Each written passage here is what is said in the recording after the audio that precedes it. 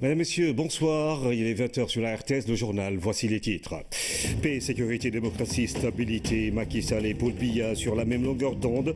Les présidents camerounais et sénégalais ont réaffirmé leur engagement à travailler pour une Afrique sans terreur, concentrée sur les questions de développement. Les deux chefs d'État ont partagé un dîner lors de l'escale du président Macky Sall à Yaoundé, où notre pays a réouvert son ambassade. 234 260 emplois créés. Retenez ce nombre. Ce sont les chiffres entre 2012 et 2016, augmentation de 40% sur les pensions de retraite, hausse de 33% sur son budget. Le ministère du Travail et du Dialogue social, des organisations professionnelles et des relations avec les institutions défendent son bilan lors du vote. Hier, la question de l'évasion sociale a été largement évoquée. Le poisson se fait rare à Saint-Louis depuis plusieurs mois. Certaines espèces sont invisibles. Un paradoxe dans cette zone de pêche par excellence, le non-renouvellement des licences de pêche avec la Mauritanie en serait la principale cause. C'est le dossier de cette édition. Et puis, masque, pas de danse, chambre à Yalokoto. On a une belle manière de remercier le ciel après un bon hivernage. C'est la fête des récoltes qui a lieu la nuit dans une grande ferveur. Ce soir, dans la rubrique Au cœur de nos cultures, les secrets d'une tradition mandingue dans le sud-est du Sénégal. Bienvenue et bonsoir à tous. Le chef de l'État est rentré à Dakar hier soir en provenance de Madagascar.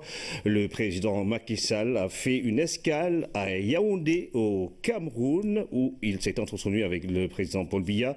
Le chef de l'État a été accueilli à sa descente d'avion par le Premier ministre et plusieurs autres autorités de l'État du Sénégal.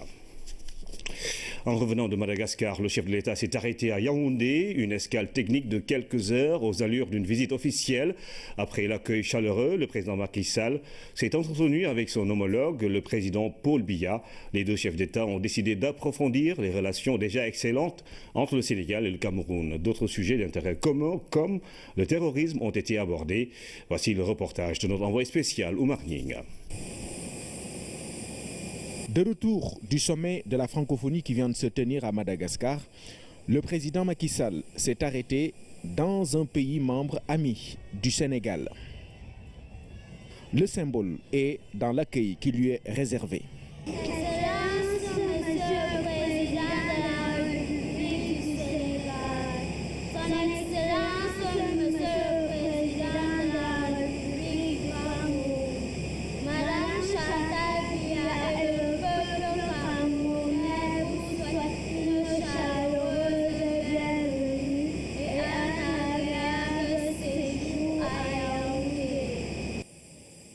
Il y avait naturellement un cachet officiel à l'aéroport de Yaoundé, avec la présence du Premier ministre Philem Moyang et d'autres personnalités. Au-delà, une mobilisation des populations camerounaises auxquelles se joint la communauté sénégalaise.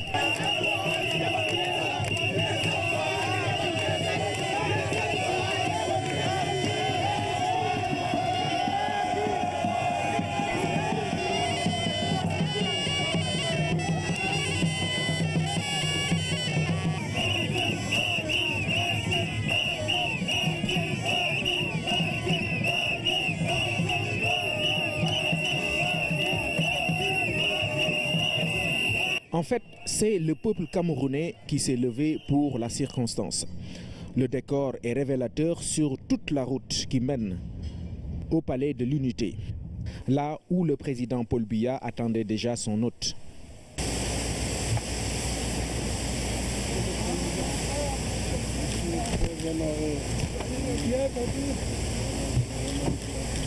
Après l'accueil empreint de chaleur, les deux chefs d'État se sont retirés pour un tête-à-tête.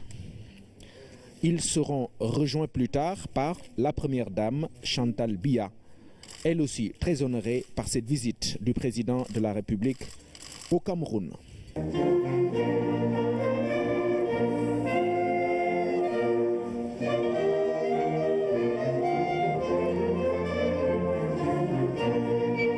À l'issue de l'entretien, les deux chefs d'État se retrouvent autour d'un déjeuner offert par le couple présidentiel camerounais en l'honneur du président Macky Sall. Monsieur le Président, mon épouse et moi-même sommes heureux de vous accueillir au nom du peuple camerounais ici au Palais de l'Unité. Nous sommes très sensibles au message d'amitié et de solidarité du peuple sénégalais dont vous êtes porteur. Je vous souhaite à vous-même et à la délégation qui vous accompagne une cordiale bienvenue et un agréable séjour parmi nous. Monsieur le Président, le Cameroun et le Sénégal ont des liens anciens qui s'inscrivent dans le cadre d'une coopération fructueuse et dynamique. Nous partageons les mêmes valeurs, l'attachement à la démocratie, à la paix, au dialogue et à l'unité de l'Afrique. Nous sommes habités par le même souci de créer pour nos peuples un environnement plus propice à leur prospérité et à leur bien-être, ce que traduit notre engagement commun contre le terrorisme et le sous-développement. Monsieur le Président, votre visite au Cameroun en ce jour est un signe d'amitié que nous apprécions tout particulièrement. Elle témoigne également de votre volonté, de notre volonté commune de continuer à œuvrer ensemble au renforcement de la coopération entre nos deux pays et de l'amitié entre nos deux peuples. À la suite de ce discours du président hôte, c'est au tour du chef de l'État de s'adresser à son homologue. Excellences, Monsieur le Président de la République du Cameroun, cher doyen Paul Biya, Excellence Madame Chantal Biya, Première Dame du Cameroun, c'est avec beaucoup de plaisir que je suis passé ce matin à Yaoundé pour vous apporter le salut du Sénégal et vous témoigner l'amitié sincère qui a toujours uni nos deux pays. Je suis venu pour magnifier le rôle du Cameroun, un grand pays de l'Afrique. Le Cameroun, un pôle intellectuel, culturel et économique stable au cœur du continent. Je suis venu également, Monsieur le Président, saluer l'excellente qualité des relations entre nos deux pays, bâties sur la confiance et l'estime réciproque. Et je suis surtout venu, Monsieur le Président, vous dire ma volonté d'approfondir ces relations avec vous. C'est le sens de la réouverture de notre ambassade à Yaoundé et aussi le sens de cette escale qui a vite pris les allures d'une visite officielle. Je voudrais vous en remercier très sincèrement. Monsieur le Président, je suis aussi venu, ayant appris depuis Antananarivo que le Cameroun avait encore subi des attaques par ces bandes barbares qui continuent à sévir avec lâcheté contre des populations restées vulnérables. Venez vous présenter nos condoléances renouvelées suite à l'accident du train et surtout suite aux attaques récentes de Boko Haram ayant endeuillé le peuple camerounais, amis et frères. Je sais que votre participation dans cette lutte contre le terrorisme a été déterminante. Elle a été magnifiée et elle a permis de désarticuler en tout cas cette forme qui avait commencé à inquiéter le continent tout entier. Je voudrais dire que nous serons attentifs également aux enseignements que nous pourrons tirer de l'expérience camerounaise en matière de lutte contre le terrorisme.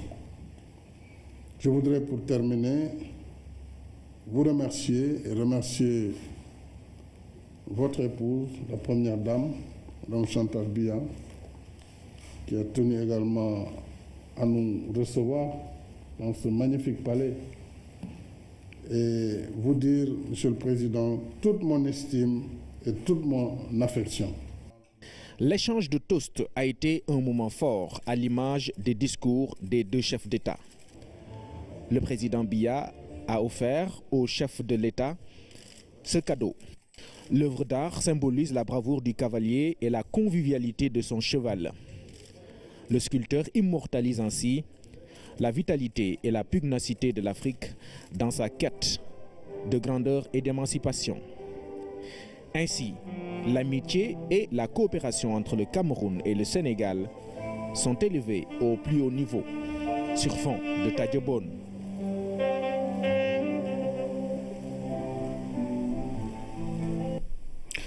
En fin de mission, le chef d'état-major général des armées a témoigné sa gratitude au président Macky Sall pour l'avoir porté il y a 4 ans à la tête des armées. Le général Mahamadou Sow s'est aussi félicité des efforts réalisés et consentis, notamment en matière d'équipement. Il pense également que son successeur est bien outillé pour assurer le commandement des forces armées sénégalaises. Le voici à sa sortie d'audience. Je suis à la veille de mon départ de mes fonctions de chef d'état-major.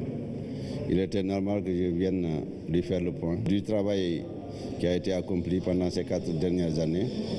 Et remercier le président de la République de la confiance et surtout du soutien, parce que les armées, quand même, il est incontestable qu'on fait un bond assez important vers l'avant en matière d'équipement, en matière d'amélioration des conditions de vie et de travail, mais également dans le rayonnement à travers donc, les théâtres extérieurs. Un sentiment de grâce et de fierté. Grâce, il faut rendre grâce au Seigneur qui est le maître de notre destin, qui m'a tracé donc cette trajectoire pour terminer au sommet de la hiérarchie militaire, et également de fierté pour avoir été choisi parmi mes pairs. Et au moment de partir, je peux regarder mes camarades en face et dire qu'en tout cas, j'ai essayé et j'ai fait quelque chose. Je pense que la situation est maîtrisée parce que mon successeur, il a participé activement à tout ce que nous avons fait ces 4 dernières années. Il a été le chef d'état-major de l'armée de terre, donc responsable de l'instruction et de l'entraînement de nos troupes. Mais également, il quitte le poste de chef d'état-major particulier de M. le Président de la République, donc au cœur des grands dossiers militaires, pour aller à la station de chef d'état-major. Je pense qu'il a tous les atouts, en tout cas, entre ses mains, pour vraiment faire un excellent commandement que je lui souhaite. Le président de la République a également reçu le haut commandant de la gendarmerie, directeur de la justice militaire, nouvellement installé dans ses fonctions. Le général Meissagnan est venu s'enquérir des orientations et des directives du chef de l'État. Une synergie des efforts entre les différentes forces de défense et de sécurité devrait aider à mieux faire face aux défis sécuritaires. C'est l'avis du général Niang que nous écoutons. Je viens d'être reçu par M. le Président de la République, son Excellence chef suprême des armées, pour recevoir ses orientations, ses directives en matière de lutte contre l'insécurité au moment où je viens de prendre fonction à la tête du haut commandement de la gendarmerie et la direction de la justice militaire. M. le Président de la République m'a instruit donc de prendre en liaison avec mes collègues de la police et des autres forces de sécurité et de défense, des mesures adéquates pour baisser le niveau de l'insécurité au Sénégal en général et à Dakar en particulier en ces périodes où l'opinion publique commence à agiter cette question.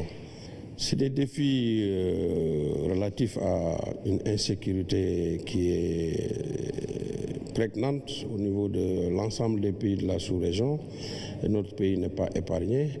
Ici ajoute donc la menace terroriste qui appelle de la part de nous, forces de défense et de sécurité, une vigilance accrue et une adaptation de nos méthodes, de nos moyens d'action par rapport à ce nouveau phénomène qui agite le sentiment d'insécurité auprès de nos concitoyens.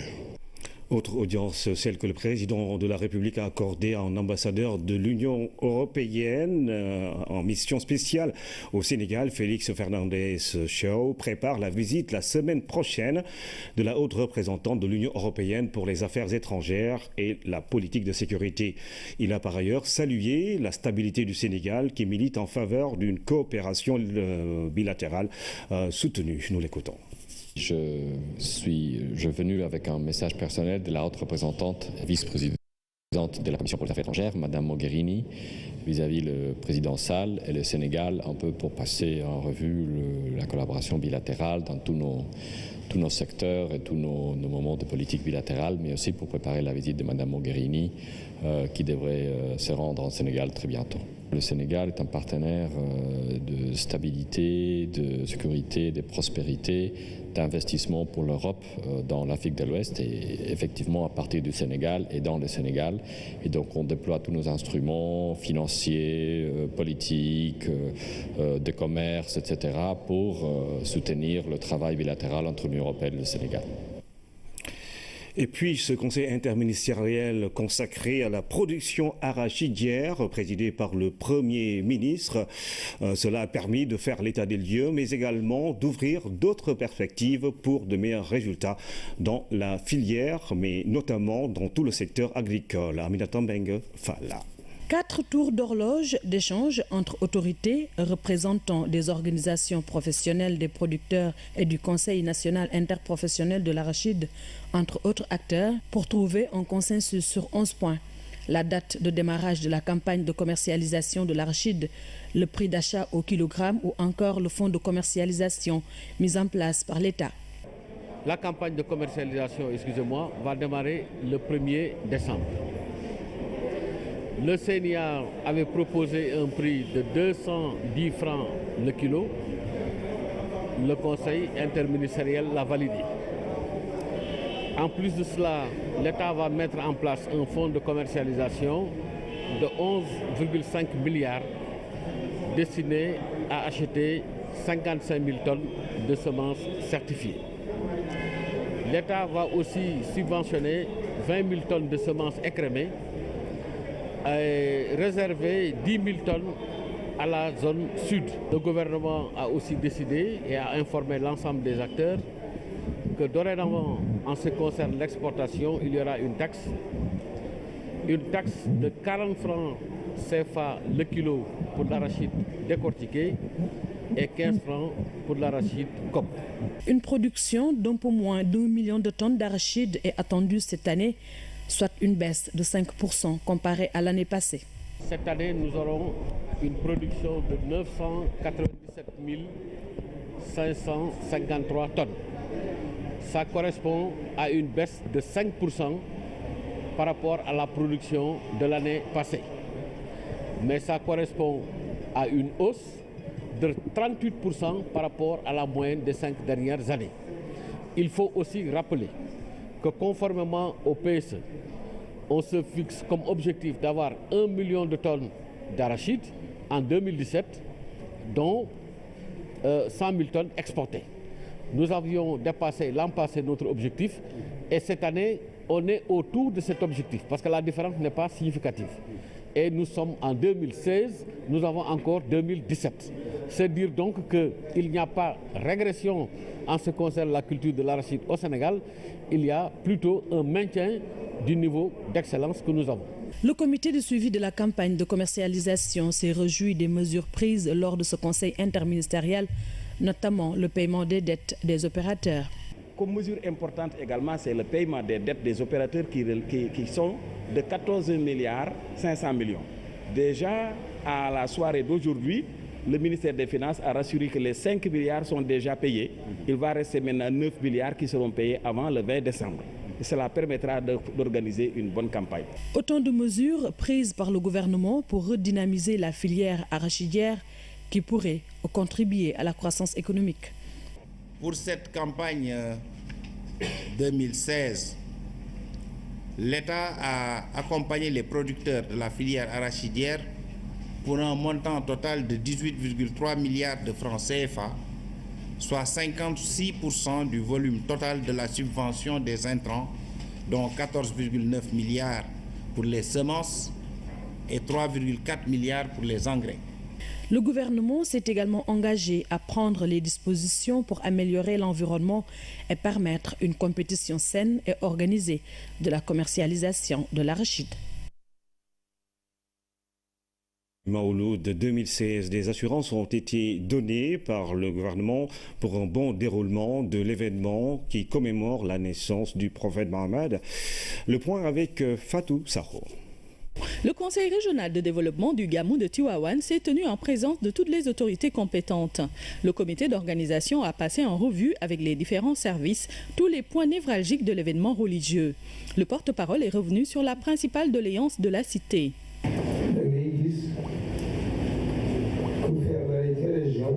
Nombreux sont aujourd'hui les talibés malades qui préfèrent être pris en charge à l'hôpital Abdou Aziz Sy de Tivaouane, alors que tout le dispositif n'est pas au complet. Son niveau devrait être relevé. Avec le Gamou, il y a une forte affluence. Pour un Gamou correct, l'eau et l'assainissement sont aussi incontournables. Des efforts ont été consentis, mais on pourrait encore être plus regardant sur certains aspects. C'est bon.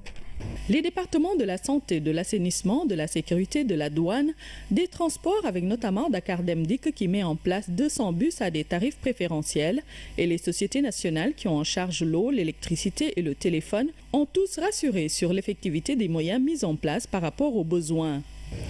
Chacun a pu jouer sa partition là-dedans. Les ministères concernés aussi ont fait exactement ce qu'il fallait faire. En tout cas, nous venons d'assister à un satisfecit général, même de la part du porte-parole, disons donc, du Khalife général de Tidjane. Donc, il y a juste une question qui a retenu notre attention, on le sait tous, qui n'est pas directement liée aux préparatifs donc, du Gamou, mais c'est la question de l'hôpital de Tivaouane. Et pour ça, je pense que le ministre de la Santé, bien évidemment, prendra toutes les dispositions nécessaires pour pouvoir solutionner les quelques problèmes qui ont été soulevés. Essentiellement satisfaite des dispositions prises pour le bon déroulement du Gamou 2016, la délégation de Tivaouane par la voix de Serigne Abdoul Aziz Sy Al Amin n'a pas manqué de remercier le président de la République. La bonne préparation du dispositif par les autorités de la région a permis un bon déroulement rapide des travaux. Près de 14 milliards, c'est le budget du ministère de la promotion des investissements, des partenariats et du développement des téléservices. Le vote a eu lieu hier. Louise Bitsa. Comparé à l'année 2016, le budget 2017 du ministère de la promotion des investissements, des partenariats et du développement des téléservices de l'État connaît une baisse de 7 milliards 437 529 000 francs CFA. Une baisse qui se justifie essentiellement par l'arrivée à terme des grands travaux tels que l'autoroute à péage Dakar-Diamniadio et son prolongement jusqu'à l'AIBD. Nous sommes en train de travailler au niveau du département pour que, évidemment, pour sortir la stratégie nationale de promotion des investissements, parce qu'il faut mettre tout cela en cohérence. Et comme je disais, ça n'est pas que le ministère en charge des partenariats, c'est bien d'autres. Donc un cadre qui permette de dire comment on mobilise, vers quel secteur on doit plus orienter les investissements, quelles sont les corrections que nous devons faire en créant cette plateforme d'échange et d'interaction avec le secteur privé national. À l'hémicycle, les représentants du peuple ont exprimé leurs préoccupations, observations et suggestions tournant autour de la gestion de l'autoroute à péage, ses tarifs et sa sécurité. D'autres questions relatives à la communication du département à l'endroit du public, de la recherche de partenariats pour les collectivités locales et des mesures d'accompagnement des futurs projets minéraliers et industriels étaient aussi à l'ordre du jour. Sur ces interrogations, le ministre a apporté des réponses. Nous abritons chez nous le hub minier où, évidemment, nous devons construire, c'est en train d'être mis en place déjà, tout un écosystème de l'industrie minière avec toutes ces entreprises, PME, PMI notamment, qui font dans l'entretien de machines, qui font même dans la production de machines et qui sous-traitent déjà avec de grandes sociétés comme les ICS. Donc, ce sont des questions importantes et vendre la destination, ce n'est pas seulement l'APIX, c'est aussi l'ACEPEX, c'est aussi d'autres agences de l'État et c'est pourquoi on a un niveau de coordination au niveau de chez nous avec le comité de veille, mais aussi au niveau de Monsieur le Premier ministre dans le cadre d'un conseil interministériel qui permet justement de mettre en cohérence toutes les politiques. Et toute la stratégie au niveau des investissements, c'est cela. En perspective de 2017, le ministre de la Promotion des investissements a fait savoir que la Direction des financements et des partenariats publics-privés a initié le projet de montage contractuel et de structuration financière des PPP, entre autres annonces. À la fin des débats, les députés ont voté à la majorité le dit projet. L'évasion sociale, le dialogue avec les organisations professionnelles, le traitement des pensions de retraite au Sénégal, ces questions ont été évoquées par les députés face au ministre en charge du Travail. Le budget 2017 du département passe de 2,250 milliards à 3 milliards de francs CFA. Tierno Amanoussi. La question de l'emploi au Sénégal préoccupe les députés à l'Assemblée nationale. Pour les ministres du Travail, d'importants résultats sont enregistrés de 2012 à nos jours. Si nous faisons le cumul de 2012 à 2015, le nombre d'emplois créés, travail décent, ça fait 234 260.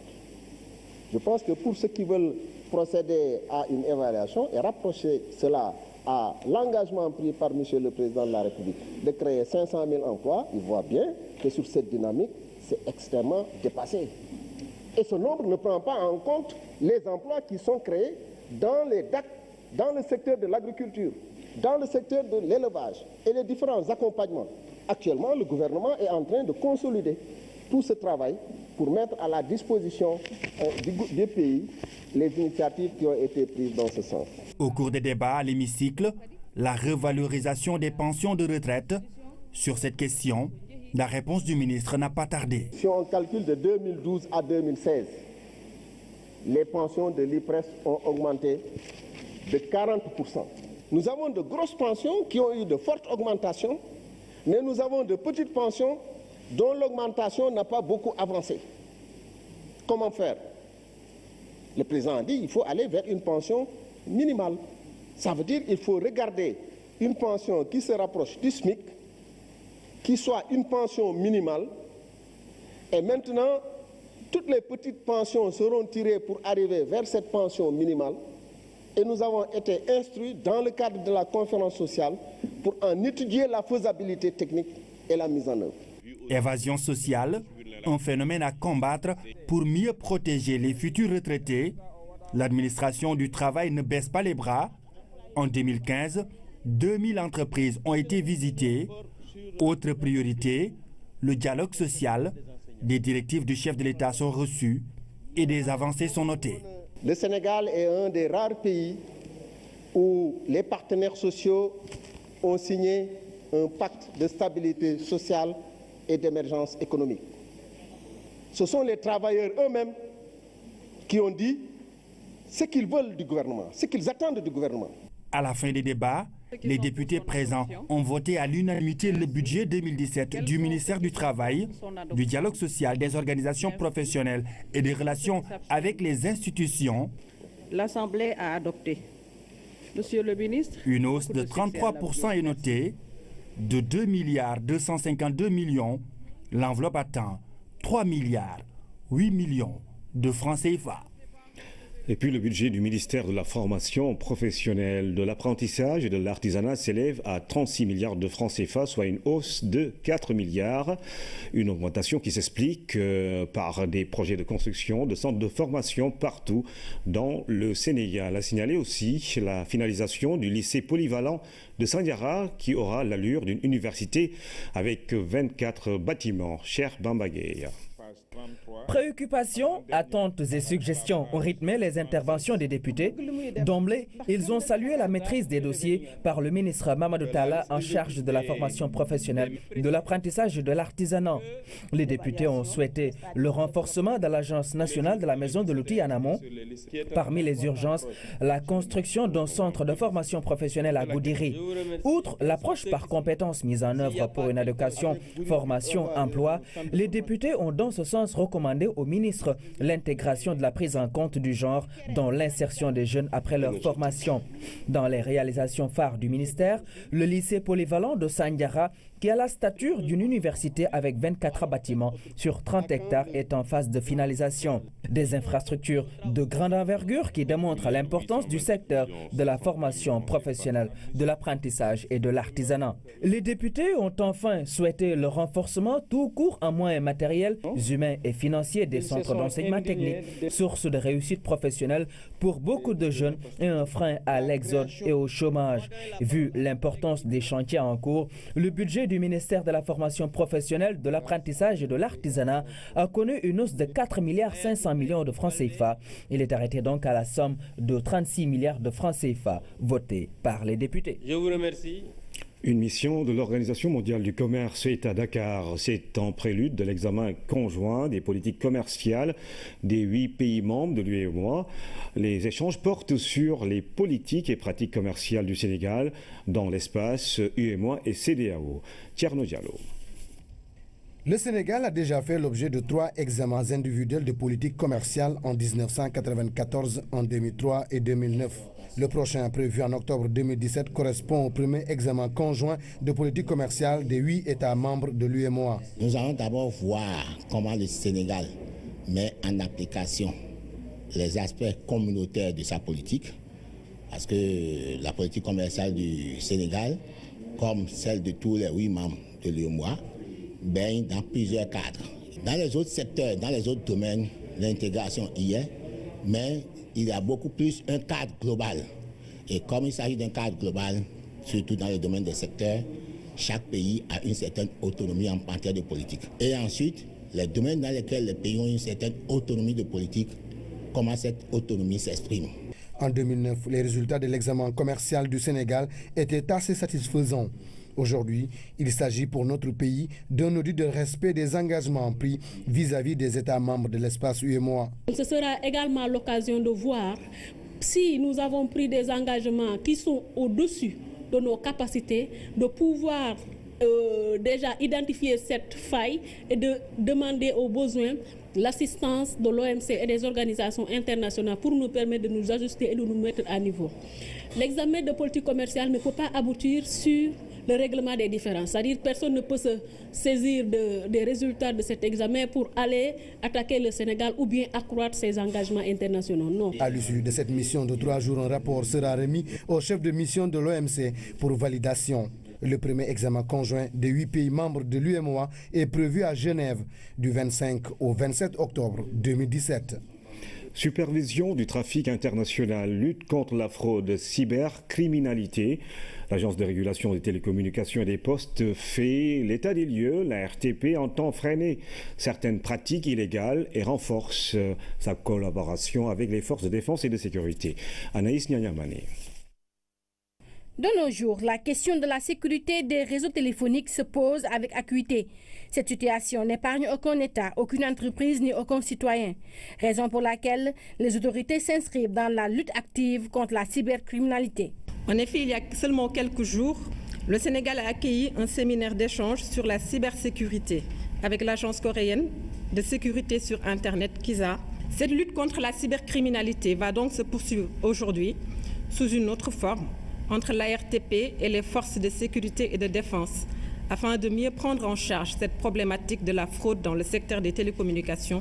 Dans ce combat contre la fraude par détournement de trafic téléphonique, l'autorité de régulation des télécommunications et des postes, après avoir mis en place un centre national de supervision du trafic, forme les forces de sécurité et de défense. Ce centre permet d'assurer la supervision du trafic international et national, ainsi que la lutte contre le détournement du trafic international entrant, communément appelé fraude bypass. Nous avons organisé ce séminaire pour faire un renforcement des capacités au niveau des forces de sécurité et de défense pour mieux prendre en charge ce problème de sécurité nationale qu'est la lutte, qu'est la fraude sur les télécommunications. Donc nous allons axer essentiellement cette formation sur le détournement du trafic téléphonique en utilisant l'espace, le cyberespace, c'est-à-dire l'Internet. Et donc nous allons former l'ensemble de ces forces de sécurité et de défense ainsi que les magistrats sur ce type de fraude, pouvoir le reconnaître et pouvoir le combattre. La sensibilisation sur l'évolution technique des moyens de communication est bien appréciée par les forces de l'ordre.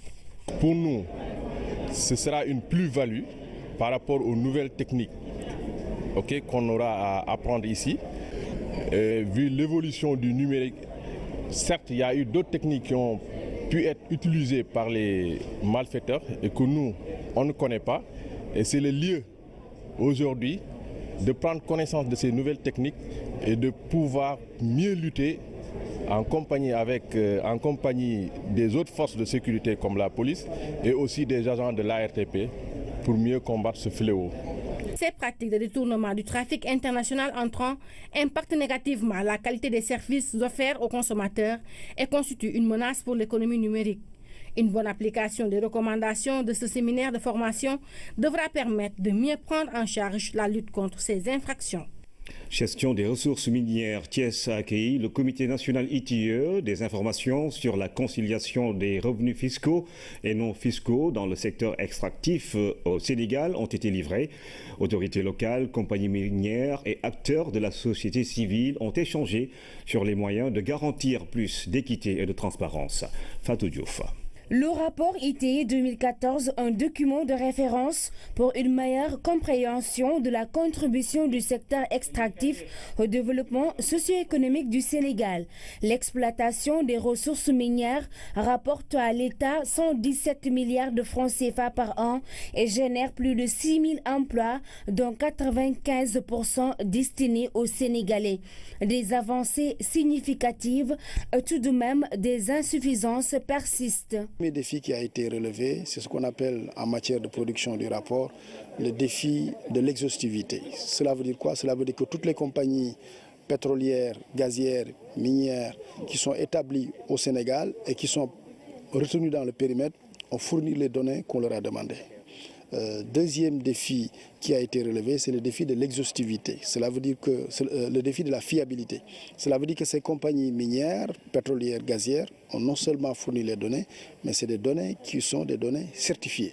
La production de rapports est une bonne initiative, mais pour les autorités locales, il faut aller au-delà, c'est-à-dire institutionnaliser les rapports entre collectivités locales et entreprises minières, cela pour une gestion transparente et équitable des revenus générés par le secteur extractif. L'autre élément, c'est que Thiès, aujourd'hui, est considérée comme la deuxième région minière en termes de contribution, de paiement. Mais je dis, là, c'est une observation, remarque qu'il faut revoir. Nous pensons que Thiès est la première région minière en termes d'exploitation de mines et carrières au Sénégal. Mais en termes de paiement des redevances, nous sommes deuxième parce que Sococim contribue plus. Au fond, simplement, Sococim a son siège à Dakar.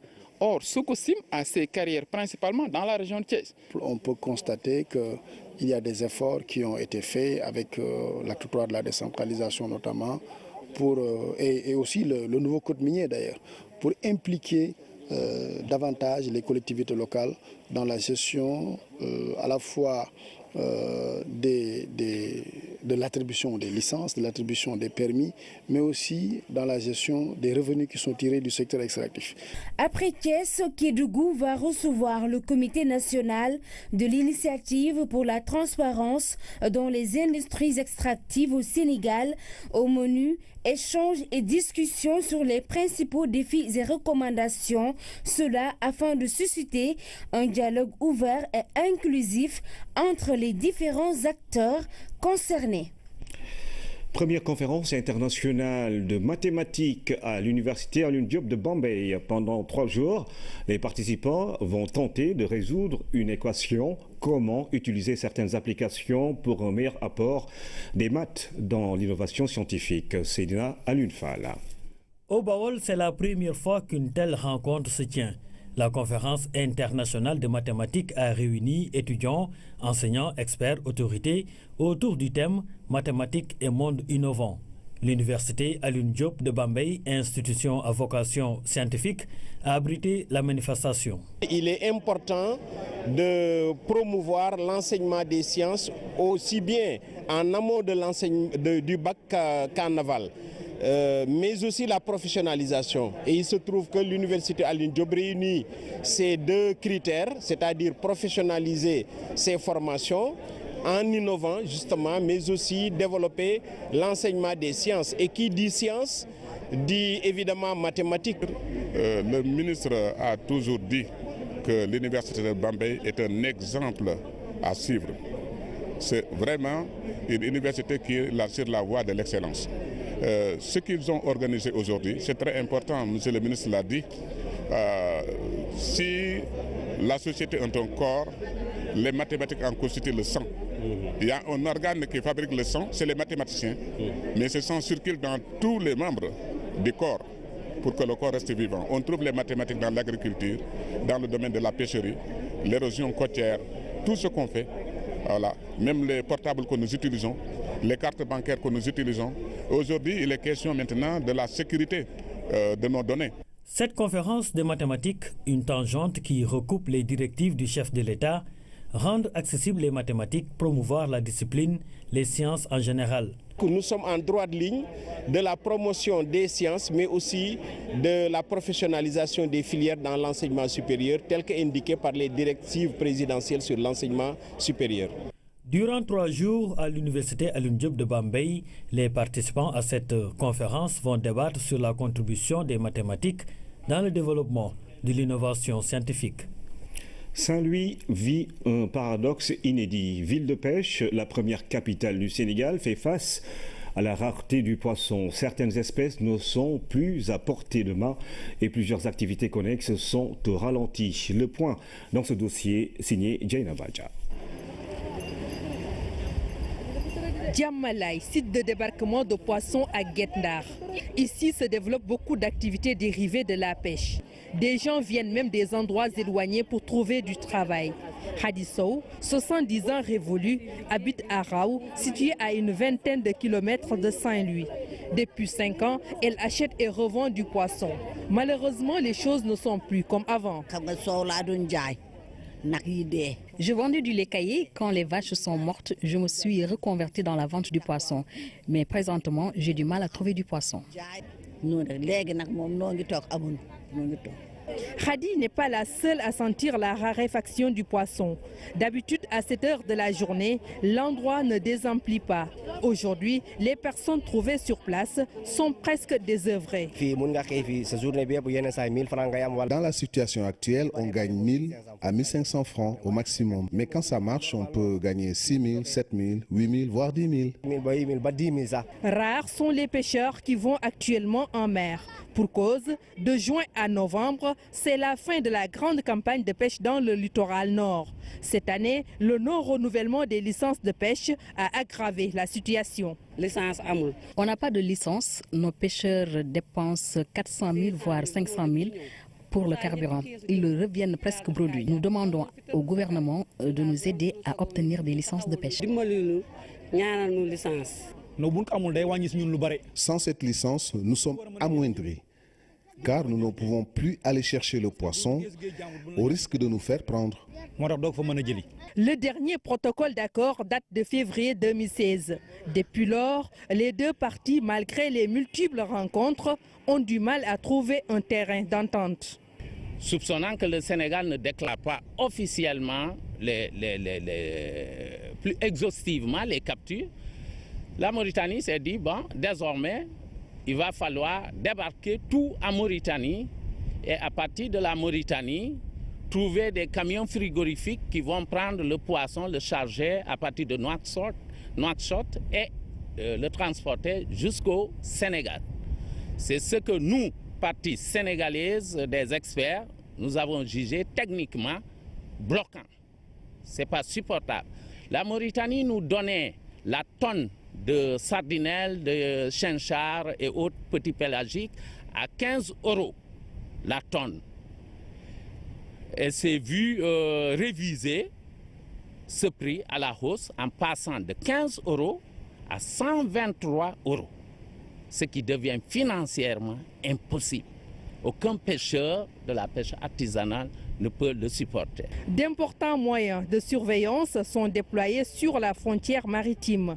La Mauritanie ne laisse aucune possibilité d'incursion aux pêcheurs sénégalais. Pour preuve, ce qui s'est passé, c'est que mes collègues de la garde-côte mauritanienne ont osé me dire avec sans discrétion, disant qu'au mois d'avril, ils vont positionner 2 navires militaires pour renforcer la garde-côte mauritanienne qui est à quelques encablures de Gormbach, c'est-à-dire à peu près à 8 km à Ndiago, entre 8 et 12 km.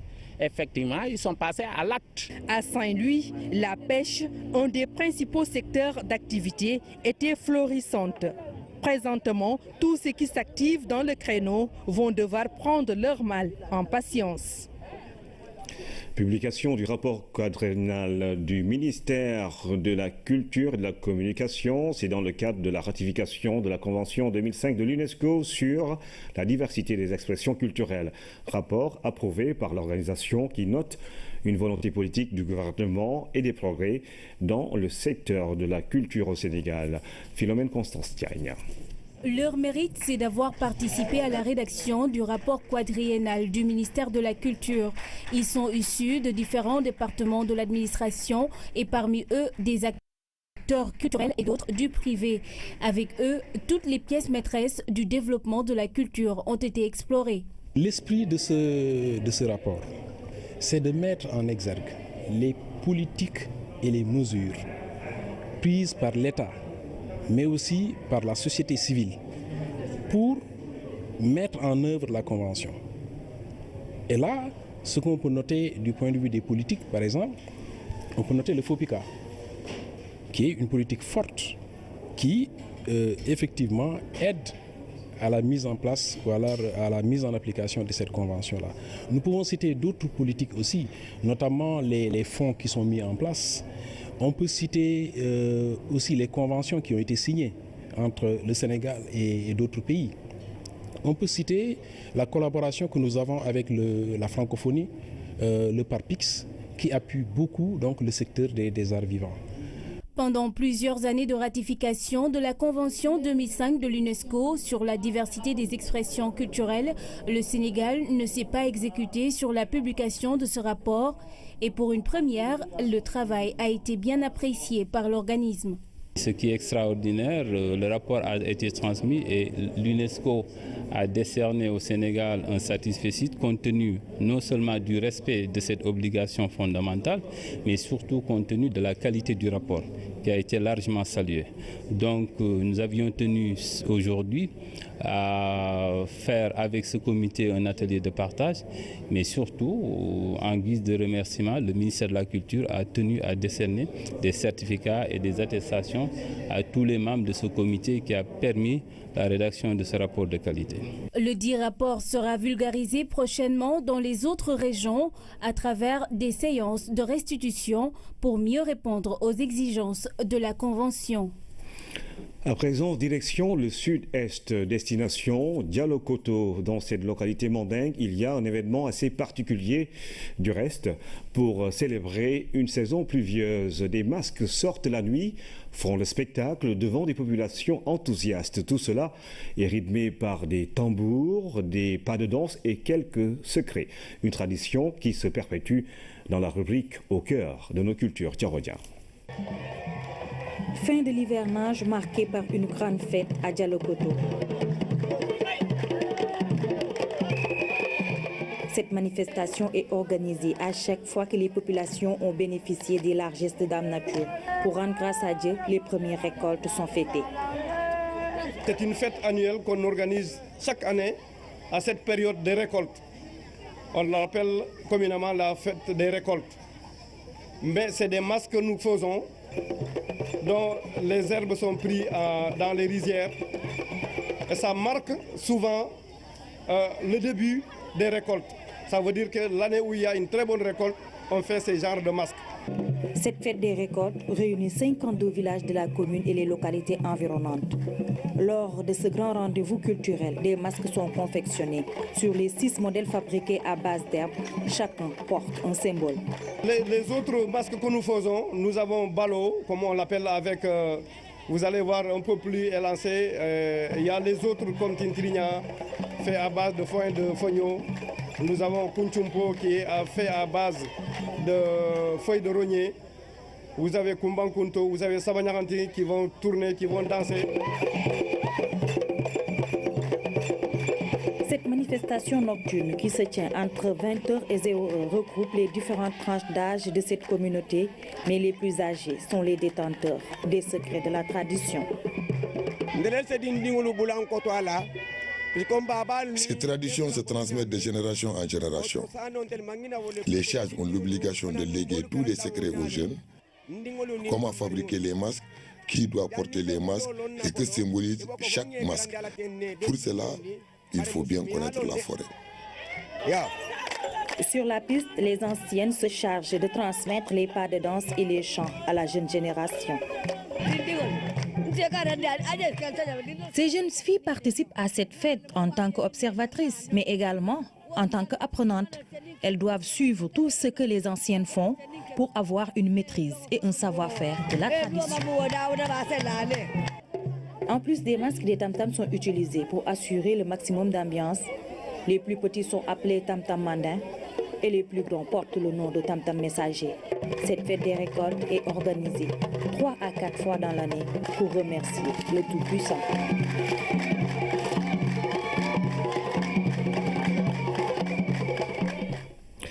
Telsat TV Awards, la deuxième TV remporte le prix de People Choice.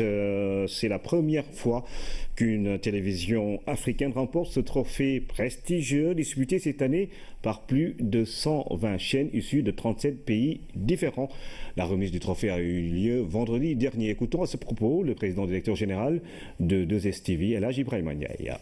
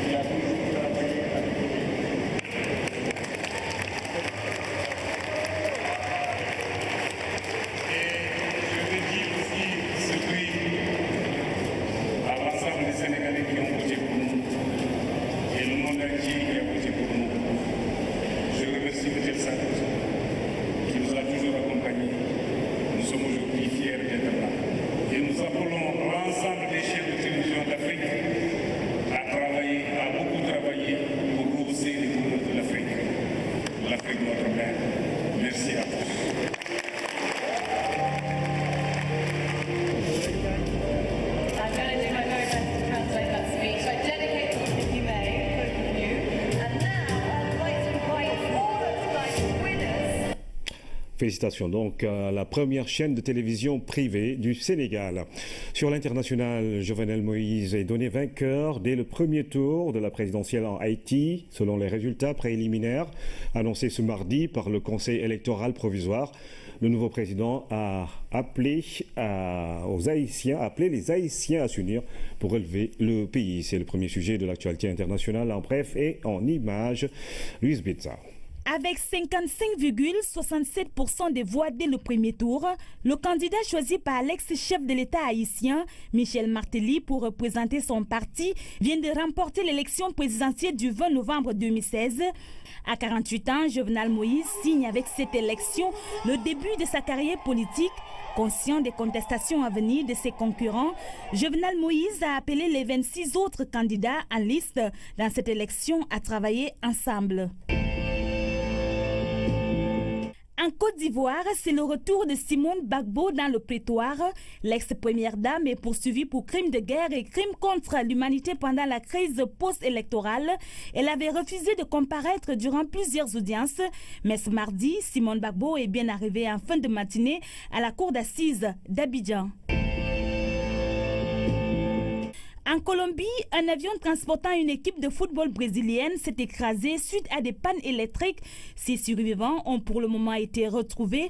L'appareil qui arrivait de Bolivie transportait 72 passagers et 9 membres d'équipage. La possibilité de trouver d'autres personnes en vie n'est pas exclue par les autorités. Sport, deuxième journée du tournoi de football de l'UEMOA. Cet après-midi, à Lomé, le Sénégal a fait match nul, 0 but partout devant le Bénin. Un coup d'arrêt pour les protégés de Joseph Koto qui avait réussi leur entrée en matière en battant le tenant du titre, le Burkina Faso. Le Sénégal reste tout de même leader du groupe B et joue ce jeudi contre la Guinée-Bissau pour une place en finale au match capital face aux Bissau-Guinéens battus aujourd'hui en levée de rideau par les étalons du Burkina Faso sur le score d'un but à 0.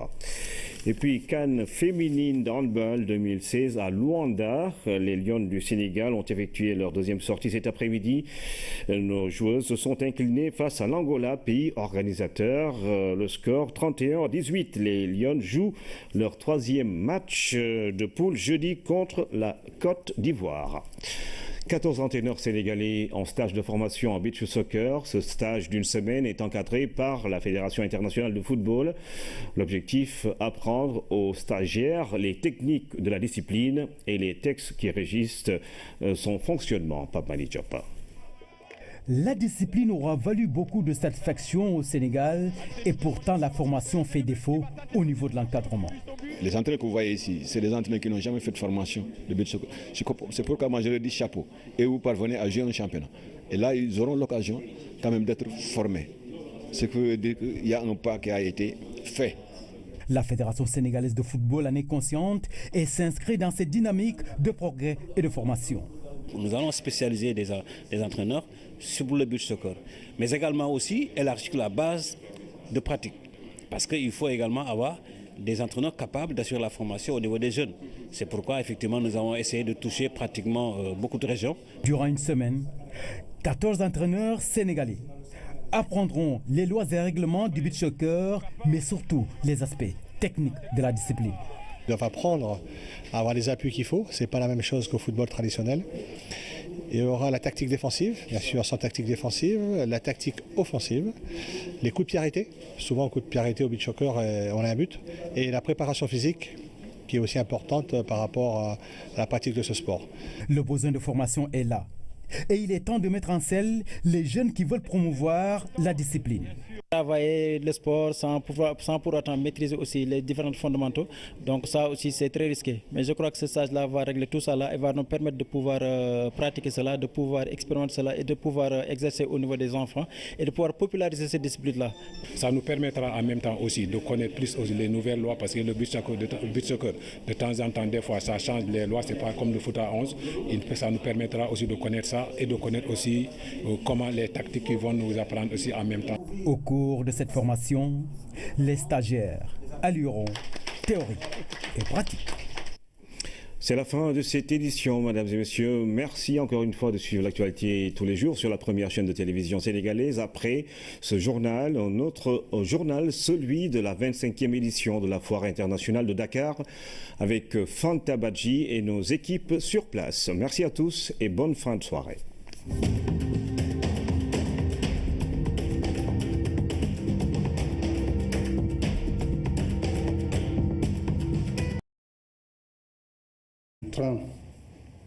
Et surtout suite aux attaques récentes de Boko Haram ayant endeuillé le peuple camerounais, amis et frères. Je sais que votre participation dans cette lutte contre le terrorisme a été déterminante. Elle a été magnifiée et elle a permis de désarticuler, en tout cas, cette forme qui avait commencé à inquiéter le continent tout entier. Je voudrais dire que nous serons attentifs également aux enseignements que nous pourrons tirer de l'expérience camerounaise en matière de lutte contre le terrorisme. Je voudrais, pour terminer, vous remercier et remercier votre épouse, la première dame, Mme Chantal Biya, qui a tenu également à nous recevoir dans ce magnifique palais. Et vous dire, Monsieur le Président, toute mon estime et toute mon affection. L'échange de toasts a été un moment fort à l'image des discours des deux chefs d'État. Le président Biya a offert au chef de l'État ce cadeau. L'œuvre d'art symbolise la bravoure du cavalier et la convivialité de son cheval. Le sculpteur immortalise ainsi la vitalité et la pugnacité de l'Afrique dans sa quête de grandeur et d'émancipation. Ainsi, l'amitié et la coopération entre le Cameroun et le Sénégal sont élevées au plus haut niveau, sur fond de Tadjebon.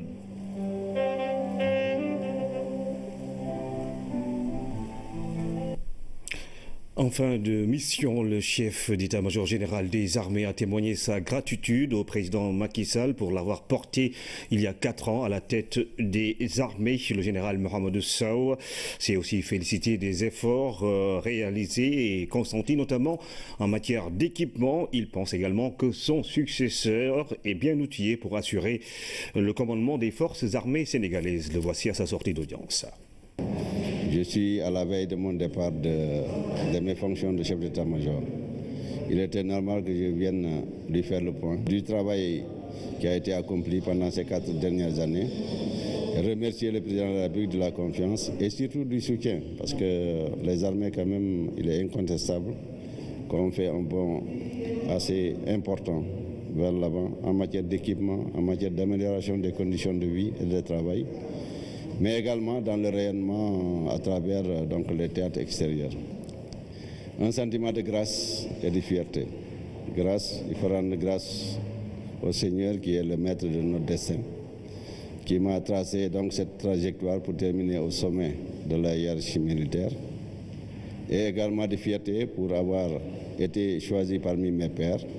Et au moment de partir, je peux regarder mes camarades en face et dire qu'en tout cas, j'ai essayé et j'ai fait quelque chose. Je pense que la situation est maîtrisée parce que mon successeur, il a participé activement à tout ce que nous avons fait ces 4 dernières années. Il a été le chef d'état-major de l'armée de terre, donc responsable de l'instruction et de l'entraînement de nos troupes. Mais également, il quitte le poste de chef d'état-major particulier de M. le Président de la République, donc au cœur des grands dossiers militaires, pour aller à la station de chef d'état-major. Je pense qu'il a tous les atouts, en tout cas, entre ses mains, pour vraiment faire un excellent commandement que je lui souhaite. Le président de la République a également reçu le haut commandant de la gendarmerie, directeur de la justice militaire, nouvellement installé dans ses fonctions. Le général Meissagnan est venu s'enquérir des orientations et des directives du chef de l'État, une synergie des efforts entre les différentes forces de défense et de sécurité devrait aider à mieux faire face aux défis sécuritaires. C'est l'avis du général Niang que nous écoutons. Je viens d'être reçu par M. le Président de la République, son Excellence chef suprême des armées, pour recevoir ses orientations, ses directives en matière de lutte contre l'insécurité au moment où je viens de prendre fonction à la tête du haut commandement de la gendarmerie et la direction de la justice militaire. M. le Président de la République m'a instruit donc de prendre en liaison avec mes collègues de la police et des autres forces de sécurité et de défense, des mesures adéquates pour baisser le niveau de l'insécurité au Sénégal en général, et à Dakar en particulier, en ces périodes où l'opinion publique commence à agiter cette question. C'est des défis relatifs à une insécurité qui est prégnante au niveau de l'ensemble des pays de la sous-région. Et notre pays n'est pas épargné. Ici ajoute donc la menace terroriste qui appelle de la part de nous, forces de défense et de sécurité, une vigilance accrue et une adaptation de nos méthodes, de nos moyens d'action par rapport à ce nouveau phénomène qui agite le sentiment d'insécurité auprès de nos concitoyens. Autre audience, celle que le président de la République a accordée à un ambassadeur de l'Union européenne en mission spéciale au Sénégal. Félix Fernandez Shaw prépare la visite la semaine prochaine de la haute représentante de l'Union européenne pour les affaires étrangères et la politique de sécurité. Il a par ailleurs salué la stabilité du Sénégal qui milite en faveur d'une coopération bilatérale soutenue. Nous l'écoutons. Je suis venu avec un message personnel de la haute représentante, vice-présidente de la Commission pour les affaires étrangères, Mme Mogherini, vis-à-vis le président Sall et le Sénégal, un peu pour passer en revue la collaboration bilatérale dans tous nos... Il y avait naturellement un cachet officiel à l'aéroport de Yaoundé, avec la présence du Premier ministre Philem Moyang et d'autres personnalités. Au-delà, une mobilisation des populations camerounaises auxquelles se joint la communauté sénégalaise.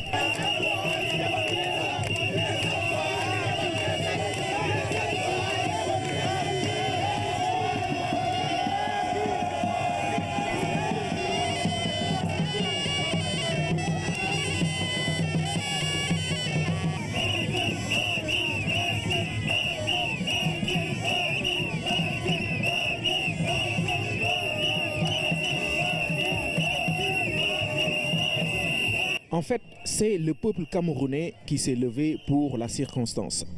Le décor est révélateur sur toute la route qui mène au palais de l'Unité, là où le président Paul Biya attendait déjà son hôte.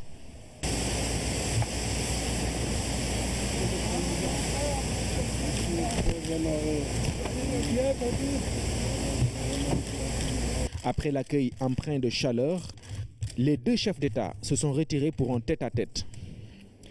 Ils seront rejoints plus tard par la première dame, Chantal Biya, elle aussi très honorée par cette visite du président de la République au Cameroun.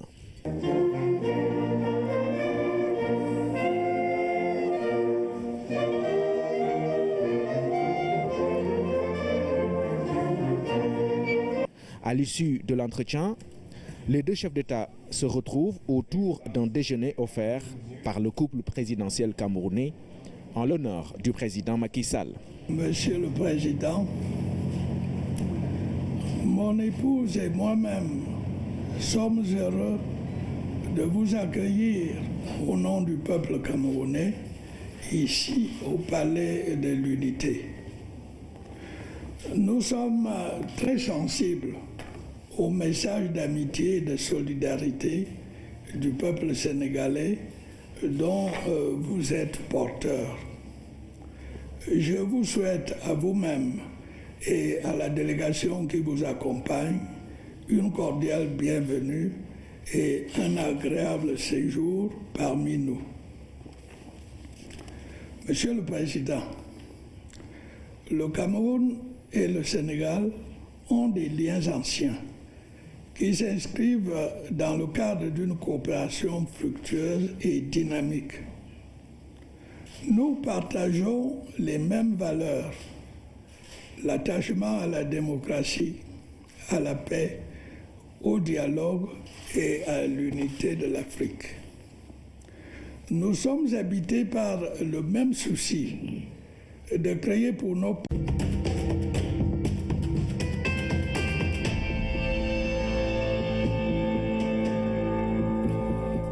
Mesdames, Messieurs, bonsoir. Il est 20h sur la RTS, le journal. Voici les titres.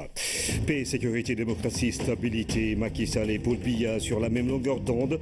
Les présidents camerounais et sénégalais ont réaffirmé leur engagement à travailler pour une Afrique sans terreur, concentrée sur les questions de développement.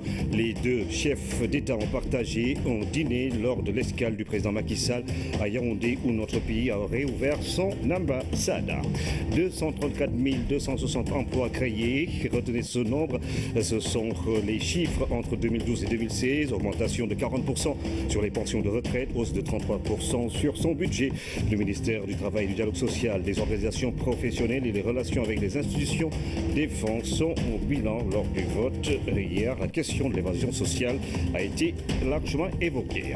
Le poisson se fait rare à Saint-Louis depuis plusieurs mois. Certaines espèces sont invisibles. Un paradoxe dans cette zone de pêche par excellence, le non-renouvellement des licences de pêche avec la Mauritanie en serait la principale cause. C'est le dossier de cette édition. Et puis, masque, pas de danse, chant à Dialokoto. On a une belle manière de remercier le ciel après un bon hivernage. C'est la fête des récoltes qui a lieu la nuit dans une grande ferveur. Ce soir, dans la rubrique Au cœur de nos cultures, les secrets d'une tradition mandingue dans le sud-est du Sénégal. Bienvenue et bonsoir à tous. Le chef de l'État est rentré à Dakar hier soir en provenance de Madagascar. Le président Macky Sall a fait une escale à Yaoundé au Cameroun où il s'est entretenu avec le président Paul Biya. Le chef de l'État a été accueilli à sa descente d'avion par le Premier ministre et plusieurs autres autorités de l'État du Sénégal. En revenant de Madagascar, le chef de l'État s'est arrêté à Yaoundé, une escale technique de quelques heures aux allures d'une visite officielle. Après l'accueil chaleureux, le président Macky Sall s'est entretenu avec son homologue, le président Paul Biya. Les deux chefs d'État ont décidé d'approfondir les relations déjà excellentes entre le Sénégal et le Cameroun. D'autres sujets d'intérêt commun, comme le terrorisme, ont été abordés. Voici le reportage de notre envoyé spécial, Oumar Ning. De retour du sommet de la francophonie qui vient de se tenir à Madagascar, le président Macky Sall s'est arrêté dans un pays membre ami du Sénégal. Le symbole est dans l'accueil qui lui est réservé.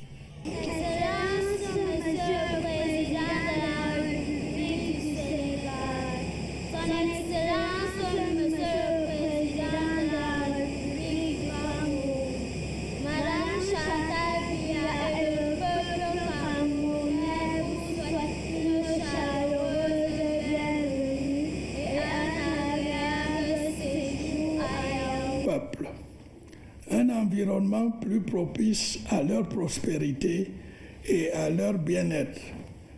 Ce que traduit notre engagement commun contre le terrorisme et le sous-développement. Monsieur le Président, votre visite au Cameroun en ce jour est un signe d'amitié que nous apprécions tout particulièrement. Elle témoigne également de votre volonté, de notre volonté commune de continuer à œuvrer ensemble au renforcement de la coopération entre nos deux pays et de l'amitié entre nos deux peuples. À la suite de ce discours du président hôte, c'est au tour du chef de l'État de s'adresser à son homologue.